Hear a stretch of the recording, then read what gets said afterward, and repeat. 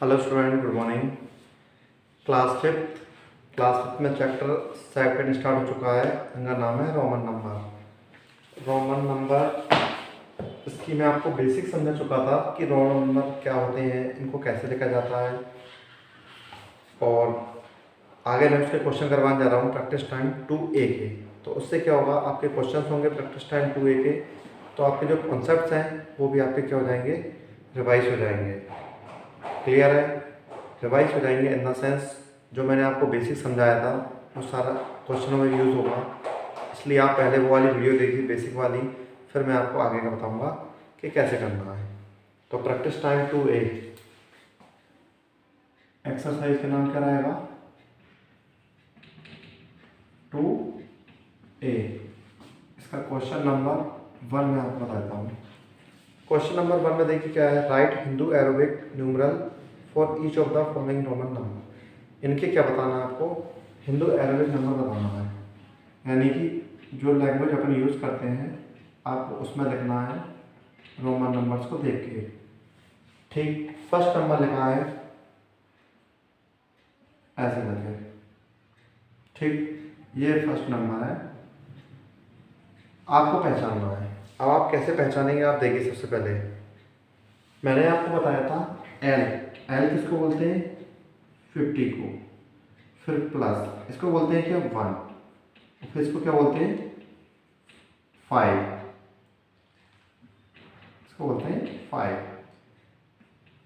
अब आप एक चीज़ देखिए, मैंने आपको बताया था कि अगर कोई भी नंबर इस नंबर के इस तरफ लिखा है, इसका मतलब वो इसमें से माइनस होगा। तो 5 में से एक माइनस होगा तो क्या बोलेंगे उसको, अगर 5 में से एक नंबर माइनस होगा तो उसको क्या बोलेंगे, उसको बोलेंगे 4। यानी कि ये आपको 4 लिखा है। ये 50 था, एल को बोलते हैं 50 है, ठीक है।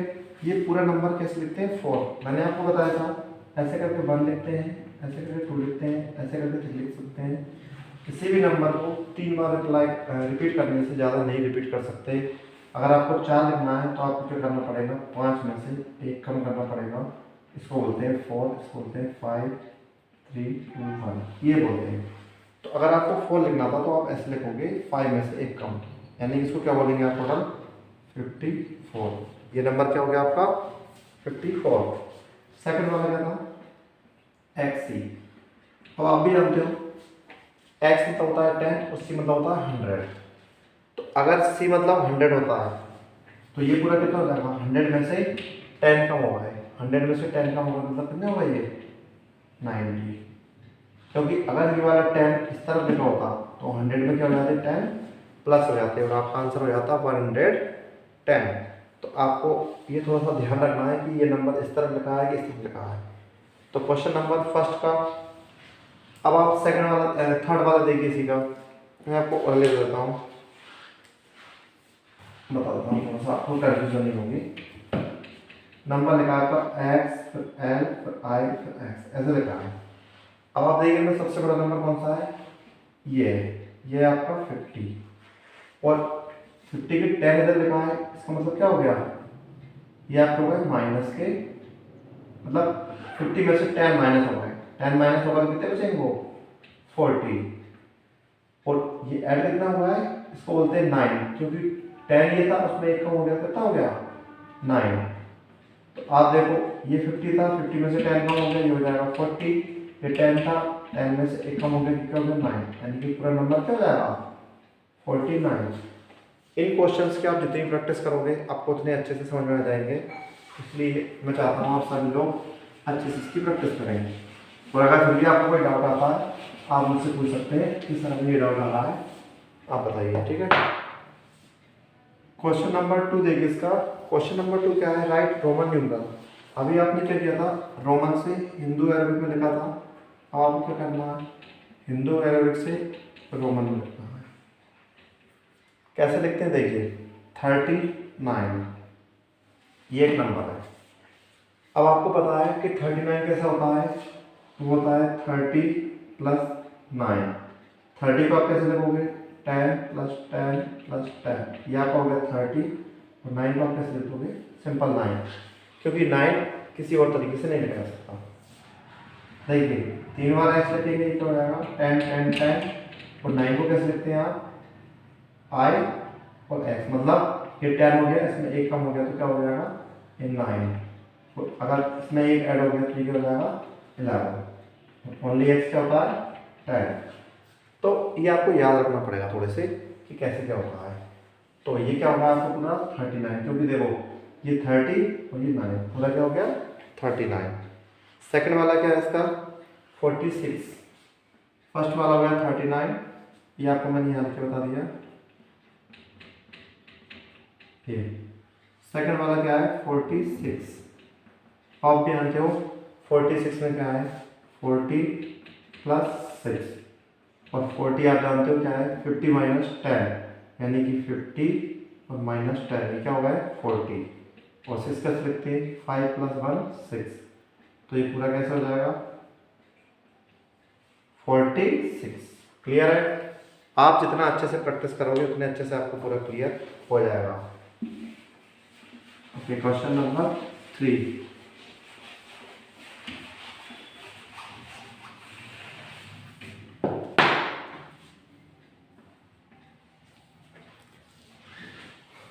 इसमें बोला है क्वेश्चन में which of the following are meaningless, मतलब ये जो नंबर लिखे हैं उनमें से कौन कौन से नंबर ऐसे हैं जो मीनिंगलेस हैं, उनका कोई मतलब नहीं है।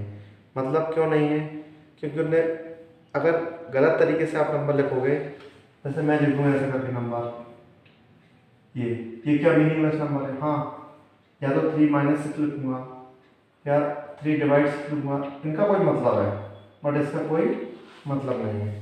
तो ऐसे ही रोमन में भी हो जाता है, वही क्वेश्चन पूछे जाते हैं मीनिंगलेस, यानी कि उनका लिखने का तरीका गलत है। देखिए इसमें मीनिंगलेस मतलब क्या है कि डी का मतलब क्या होता है, डी का मतलब होता है कितना 500, ठीक है। तो 500 अगर आपको लिखना है तो उसके पहले आप ऐसे लिख सकते -x, क्योंकि ये इसका मीनिंग नहीं है, ये गलत हो गया, ऐसे नहीं लिख सकते आप इसको, ठीक है। और सेकंड वाला क्या है L और I, सेकंड वाला क्या है L और I, मतलब 50 + 1, तो इसका क्या हो जाएगा 51। थर्ड वाला क्या हो जाएगा Vx, Vx कभी भी 10 में से 5 माइनस नहीं करती है, क्या हो जाएगा गलत हो जाएगा। और डी वाला कितना हो जाएगा C C C X C, इन तीनों C का मतलब है 300 और इस C का मतलब है 90, तो पूरा कितना हो जाएगा 390। इनका मीनिंग है, इनका मीनिंग नहीं है। क्वेश्चन नंबर 3 तक आपका कंप्लीट हो गया है। Question number 4, fill in the blanks using Roman numerals. Roman numeral लिखने के बाद आप इनको क्या करोगे, मतलब इनको आप किस में लिखोगे रोमन न्यूमरल में। तो फर्स्ट क्या है आपका क्वेश्चन नंबर 4, क्वेश्चन नंबर 4 में fill in the blanks using numeral. जैसे कि फर्स्ट क्वेश्चन है India became independent on August, कितनी अगस्त को हुआ था 15 अगस्त को। तो आप जानते हो 15 कैसे लिखेंगे, ये 10 और ये 5, कितने हो गए ये 15 अगस्त। Gandhi ji died on January, कितनी जनवरी को मरे थे। तो आपकी नॉलेज भी चेक हो जाएगी और आपका वो भी मालूम हो जाएगा कि आप कैसे लिख रहे हो। तो 3 क्वेश्चन आपके क्या हैं होमवर्क में, बड़े आसान से क्वेश्चन है। There are 7 month in a year having, ये पूछा है कि 7 मंथ हैं, इनमें कितने दिन होते हैं। तो ये आपको चेक करना पड़ेगा कि लीप ईयर कब होता है।